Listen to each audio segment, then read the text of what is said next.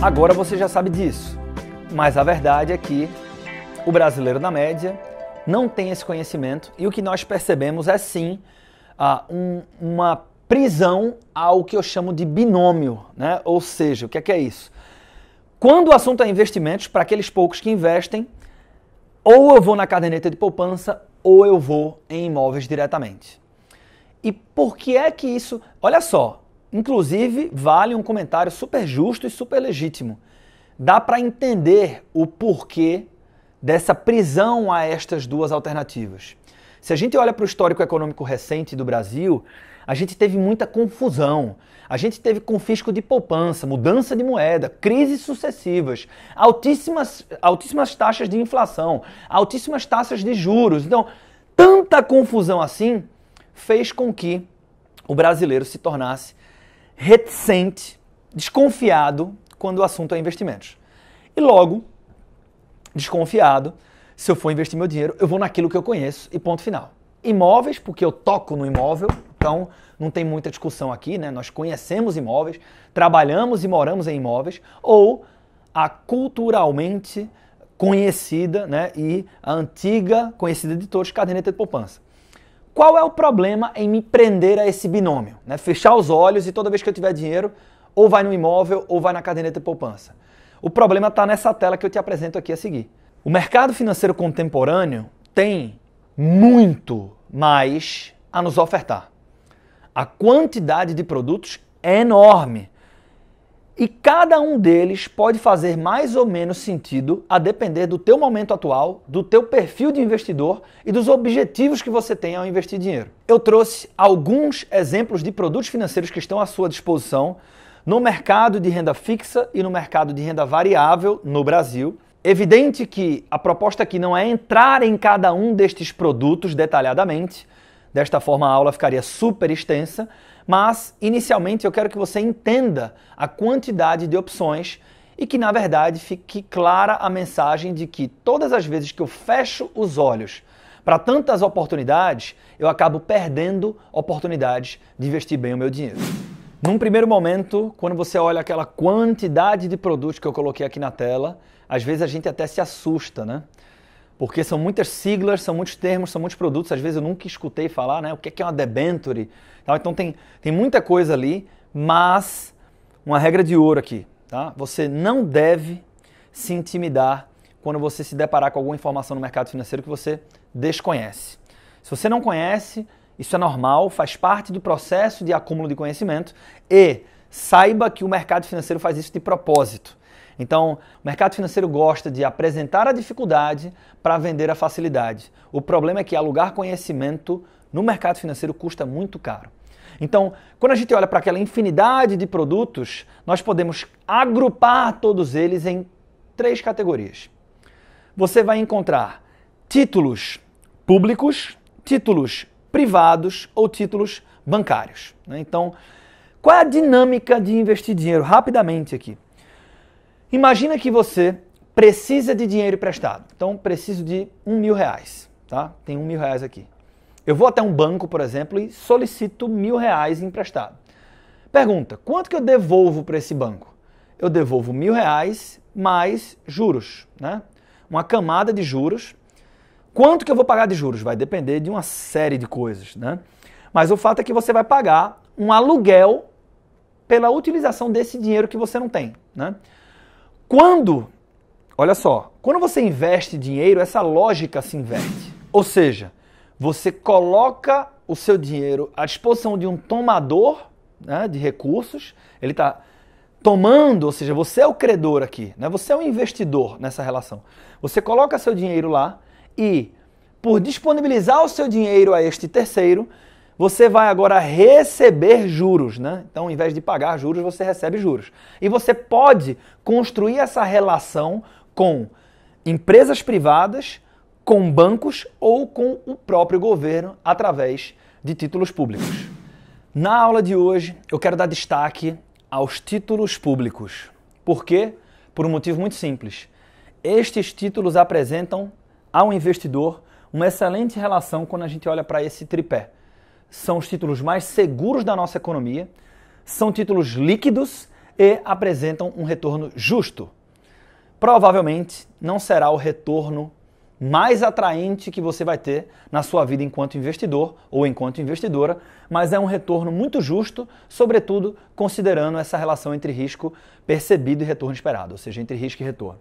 Então, em função disso, um bom primeiro passo, um ótimo primeiro passo para você que quer ingressar no mundo dos investimentos é considerar adquirir ativos negociados através do programa Tesouro Direto, ou seja, adquirir títulos públicos, né? Então você consegue fazer isso através do programa Tesouro Direto e aí você diretamente, a partir de R$30, a gente inclusive começa a desmistificar aqui, né? Então essa história de que só rico investe.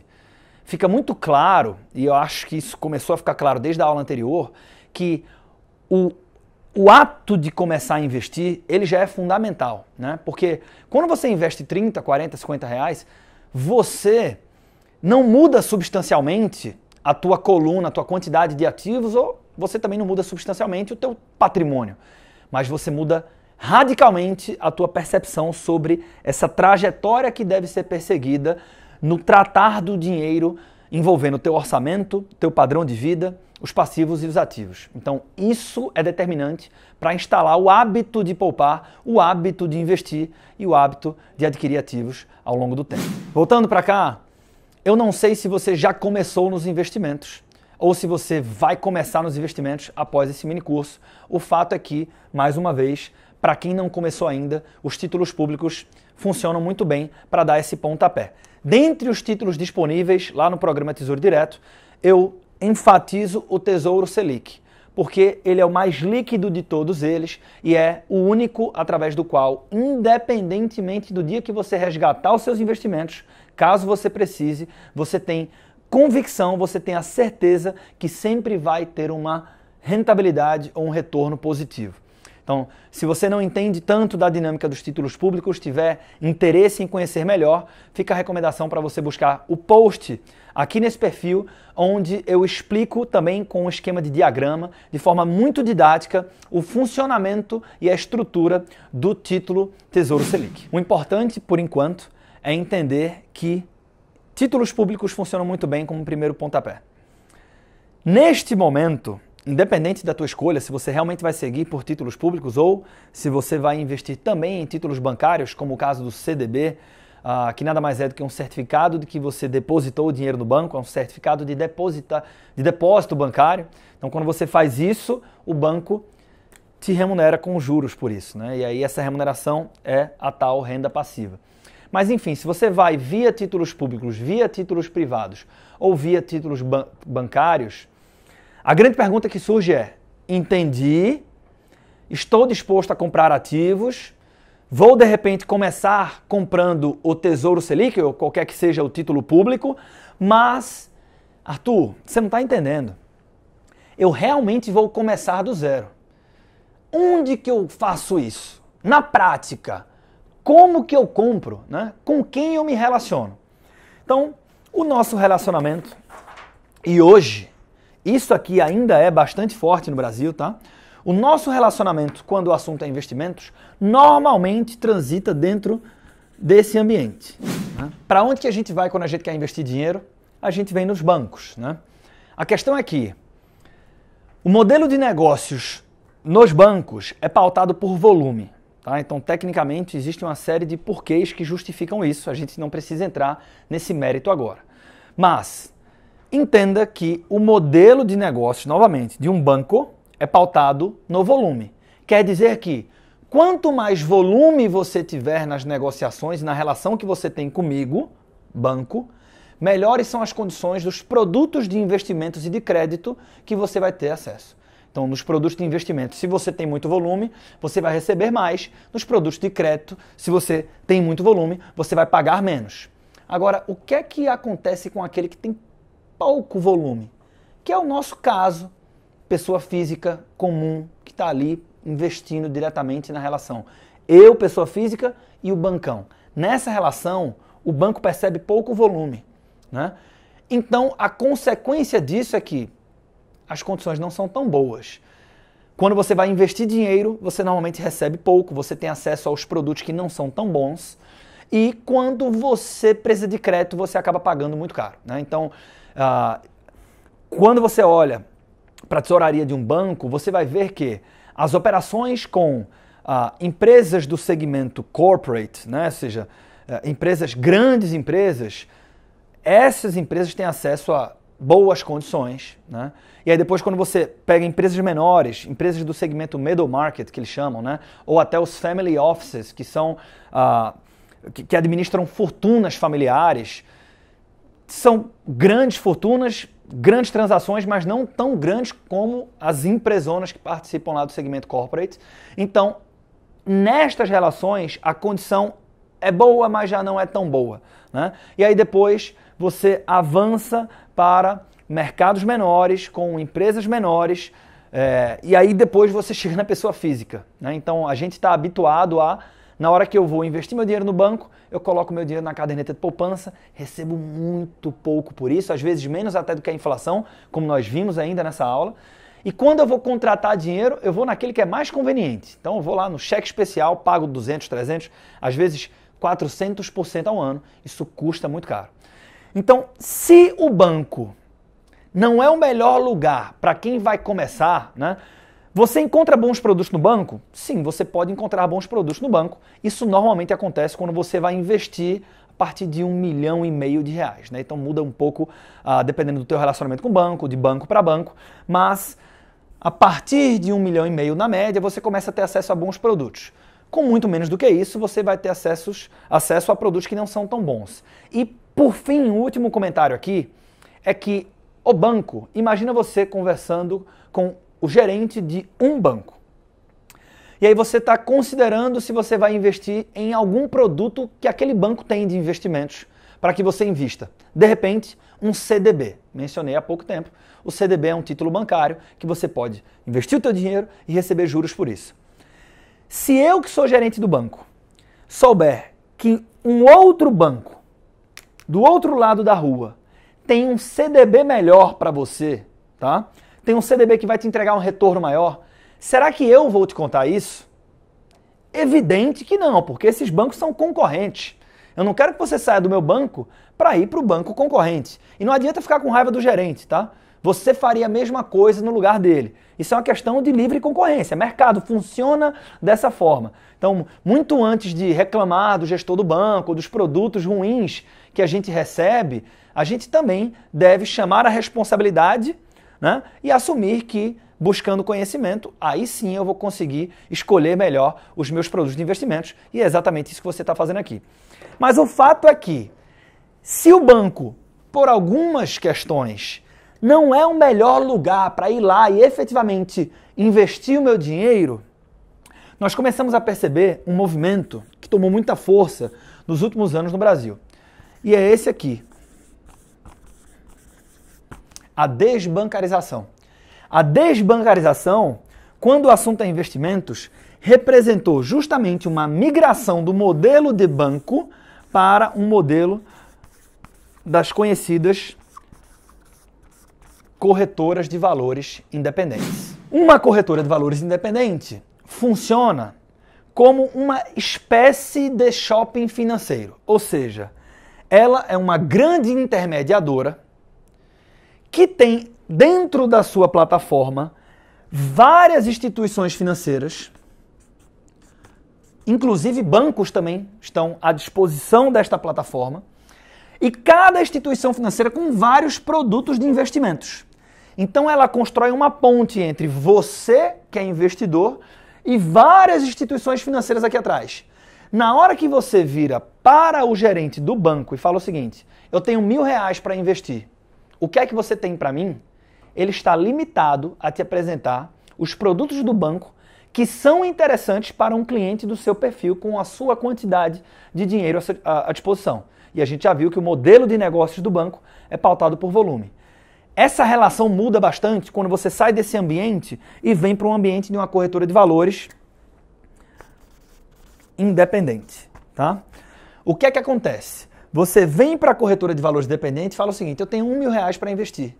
E aí a corretora vai criar uma série de possibilidades com todas as instituições financeiras que estão vinculadas a ela, porque ela funciona, de novo, como uma intermediadora. Então, através de uma intermediadora, você vai ter acesso a uma quantidade muito maior de produtos. E melhor, cada uma destas instituições financeiras, sabe que você está tendo acesso a todas elas de uma vez só. É uma grande prateleira. Quando você fala o seguinte, eu quero investir num CDB, tem várias instituições financeiras com seus CDBs que sabem que os CDBs das outras instituições financeiras serão colocados também ao lado dos seus. Então, o que é que isso acaba promovendo a favor do investidor ou da investidora? Uma concorrência. E para ganhar essa concorrência, muitas vezes, estas empresas ou estas instituições financeiras acabam calibrando o retorno dos produtos que são colocados à disposição do investidor. Pergunta de $1 milhão. Como, Arthur, eu faço para sair daqui e vir para a corretora de valores independente e começar os meus investimentos através dessa intermediadora aqui?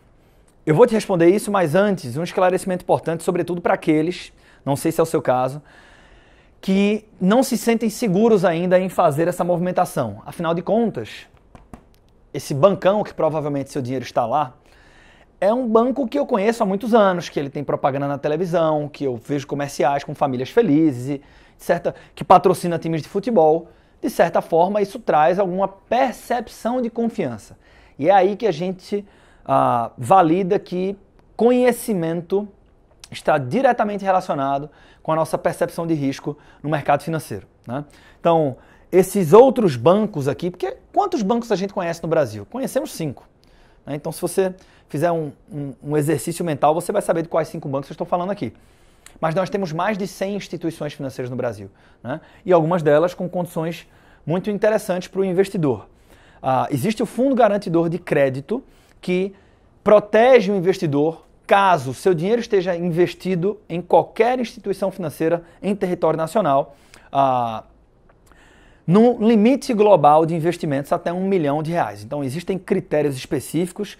Está aqui o site do Fundo Garantidor de Crédito para que você entenda quais as condições específicas, mas o fato é que, para até R$1 milhão, tomando esses cuidados, a segurança de investir num bancão ou num banco de médio porte, até mesmo de pequeno porte, tecnicamente é a mesma. E outra coisa importante é destacar e evidenciar a palavra independente.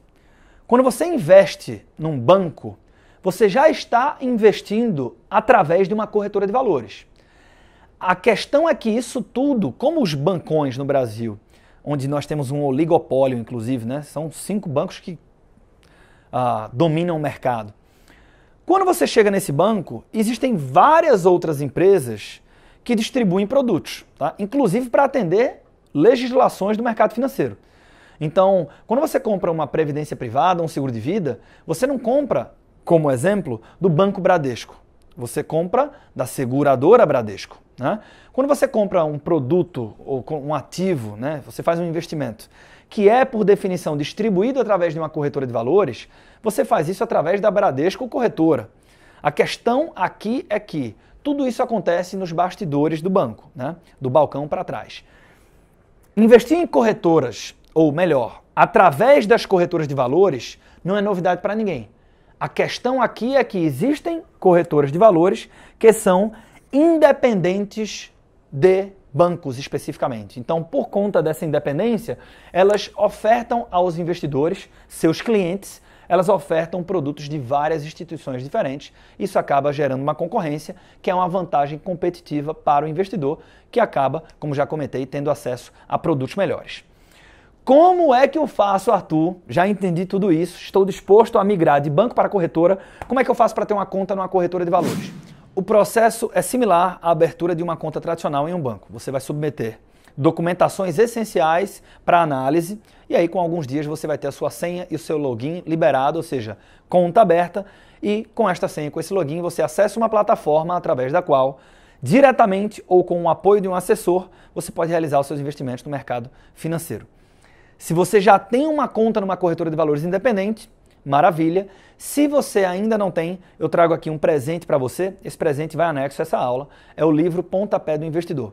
É um livro super curto, eu mesmo escrevi, onde eu explico melhor o funcionamento das corretoras, a segurança envolvida, qual documentação necessária, o trâmite burocrático, ou seja, todos os detalhes que você precisa saber para investir com segurança através de uma corretora de valores independente. Bem, quando você for começar a investir o seu dinheiro, você vai se deparar com muitos produtos, né, muitas alternativas, e o fato é que você vai começar a perceber, à medida que você vai se envolvendo mais com o mercado, estudando mais, você vai começar a entender que estes produtos financeiros se enquadram em duas grandes categorias. Aqueles investimentos que pertencem ao mercado de renda fixa e aqueles que pertencem ao mercado de renda variável. Qual a principal diferença e que fica fácil entender se um determinado produto se encaixa de um lado ou do outro? Renda fixa existe quando há promessa de rentabilidade. Existiu promessa de rentabilidade, a gente está falando de um produto de renda fixa. A caderneta de poupança, por exemplo, 70% da taxa básica de juros. Quanto que eu vou ganhar? 70% da taxa Selic, ou da taxa básica de juros. Opa, promessa de rentabilidade. Né? Existem alguns investimentos pré-fixados, onde a rentabilidade para o investidor é pré-estabelecida. Por exemplo, se você investir dinheiro nesse determinado produto, você vai receber 10% ao ano. Quanto que você vai receber? 10% ao ano. Promessa de rentabilidade. Então, vários dos produtos que nós vimos aqui, que estavam naquela tabela que eu te mostrei, se enquadram nas alternativas e no mercado de renda fixa. Né? No entanto, existe também o mercado de renda variável, onde não há promessa de rentabilidade. Aqui se encaixam classes de ativos como, por exemplo, ações e fundos de investimentos imobiliários, estes que vamos falar um pouco mais sobre eles na próxima aula. É importante perceber o seguinte, o brasileiro, por uma série de questões, e a gente trouxe várias delas aqui, histórico, né? Então a gente é reticente quando o assunto é investimentos, a gente é desconfiado, tem uma série de questões culturais, educacionais, econômicas. Normalmente nós somos investidores de renda fixa. Então isso inclusive, quando eu me refiro a questões econômicas, por questões econômicas nós tivemos uma altíssima taxa básica de juros, e a taxa básica de juros, ela referencia as operações de crédito e de investimentos. Então, é como se dissesse o seguinte, uma alta taxa básica de juros quer dizer que os investimentos, sobretudo em renda fixa, eles têm uma rentabilidade bruta maior, tá? Um retorno nominal maior, porque as operações de investimentos, assim como as operações de crédito, são ancoradas, ou seja, a taxa básica de juros é uma grande referência. Enfim, por alguns motivos, nós tivemos um histórico onde havia uma série de justificativas para que aquele investidor que tinha dinheiro à sua disposição preferisse e optasse pela renda fixa. Então a gente acabou desenvolvendo uma cultura de renda fixa no Brasil. No entanto, a renda variável cumpre um papel super importante numa carteira de investimentos, que nada mais é do que a combinação de todos os investimentos que montam o total de dinheiro investido que você tem. Existe uma característica dos investimentos que se enquadram dentro da renda variável, né, do mercado de renda variável, e essa característica é extremamente favorável ao investidor e ao seu processo de construção de patrimônio. Essa característica faz com que a gente consiga encontrar uma relação muito inteligente entre o risco e a exposição que eu tenho e o retorno e os potenciais ganhos que eu consigo, que eu posso aferir enquanto investidor. E é esta a característica que eu me refiro. Assimetria, né? Ou seja, o que é assimetria nos investimentos? A relação não simétrica, ou seja, assimétrica, desproporcional entre a potencial perda e os potenciais ganhos. Né? Sempre que eu me deparar com uma situação onde eu posso perder pouco, mas se eu ganhar, eu posso ganhar muito, eu tenho uma relação assimétrica favorável. E é justamente isso que acontece com investimentos de renda variável, a exemplo do investimento em ações. Quando você investe R$1.000 em ações, se você perder, você perde R$1.000. Você pode até perder o teu dinheiro todo, né? Ou seja, as perdas são limitadas. Mas se você ganhar, você pode ganhar muito. Você pode ganhar 2 vezes o valor que você investiu, 3, 4, 5, muito mais do que isso. Então, os ganhos são ilimitados. É o tantinho que eu posso perder para o tantão que eu posso ganhar. Eu tenho uma relação assimétrica. E estas relações estão dentro do mercado de renda variável, onde não existe promessa de rentabilidade. Então, o fato de não existir promessa de rentabilidade acaba afastando alguns investidores, quando na verdade deveria aproximar nós investidores do mercado de renda variável. Mas aproximar como? Colocando todo o meu dinheiro de qualquer jeito?